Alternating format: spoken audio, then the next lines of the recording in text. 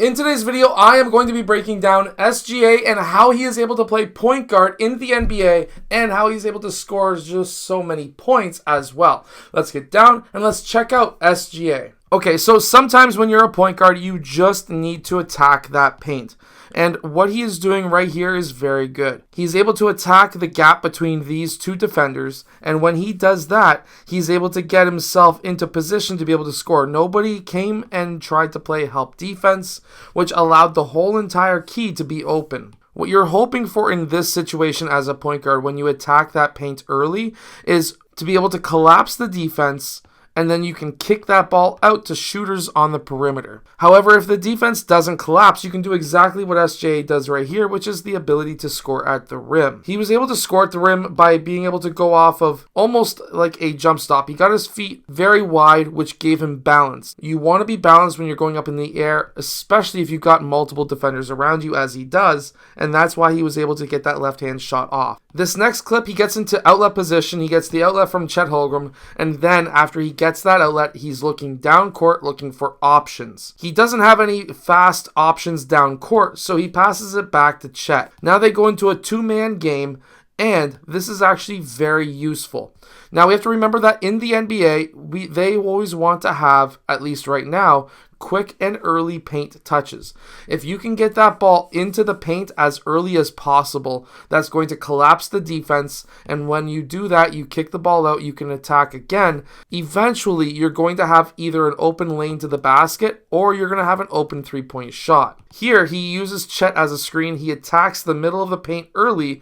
He does that quick hesitation. We'll rewind it just a bit. He does a quick hesitation right there, which freezes his defender just slightly, and it's just enough for him to be able to get past that man, and he was able to score at the rim again with his left hand. Being able to work off ball as well is very handy. Here, he's not the one who's bringing the ball up the court. He's working off ball, setting an off ball screen for Chet. Because he set that off ball screen, Chet is a three-point shooter that can get him open for a three-point shot. However, he slips that screen because both of these guys were cheating over top to try and stop Chet from scoring, which then left an angle or a lane to the basket for SGA. SGA was able to have his hands ready. He was able to catch that ball. He had an open pass out to Giddey. However, he was able to then finish at the rim with his right hand on the right side. Right hand on the left side.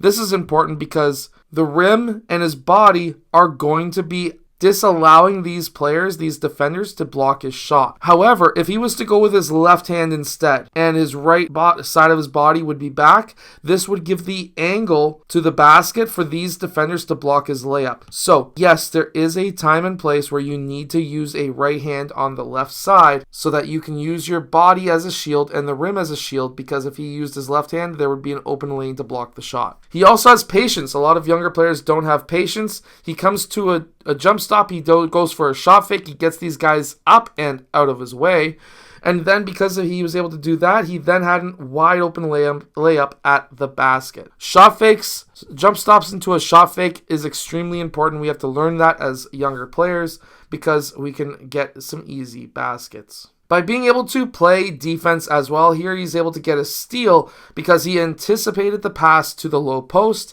He helped early onto that low post so that there was no mismatch down there. He was able to poke that ball free, and right away he was transitioning into offense before he even got that ball. Now he's looking down court to create some offense. As a point guard, you always want to be able to look down court. You always want to look at players who are maybe down court already cutting to the basket. This is going to give you a lot of different options. Here he splits the defenders. He goes 1-on-3 for a bit, and then he is able to score at the rim. Now, while this may be classified as ball hogging on some teams, in this situation it's not. He is the go-to scorer. He is the number one man on the team, and there is really not many people who can stop him. When SGA attacks the basket here, watch what he does with his shoulders and off arm, and then the nice little floater right at the end. So first off, coming off of this screen, he takes that dribble back. He's got his feet wide. This is going to allow him to explode faster towards the basket. Then, when he does explode towards the basket, he uses his off arm to clear out the hands of the defender, and then he gets his shoulders lower than his defenders. This is extremely important. He also has a massive angle on his body as well so that he can get to that rim and have leverage to be able to get to that rim. That is extremely important. And then when he's going towards that rim, he stops quick, right, left, and goes straight up into his floater. This allows his defender to fly right by him so that he's able to make that shot. Now, while this is how SGA is able to score in-game as a point guard, you have to remember that you have to pass the ball too as a point guard. Because if you're not passing the ball, everyone's just going to go and collapse on you and say, well, if you're never going to pass, we're just going to throw every defender at you, and you're never going to be able to score. Plus, your teammates will probably hate you. So, make sure to continue to pass the ball. Always try to aim for half as many assists as points that you have. That way, if you've got 10 made baskets, that's 20 points, and you got 10 assists, that's 10 assists, and it makes everyone happy. I hope that you've enjoyed today's video. Make sure to go check out my shooting workout that is down in the description below, and I'll see you guys again next time.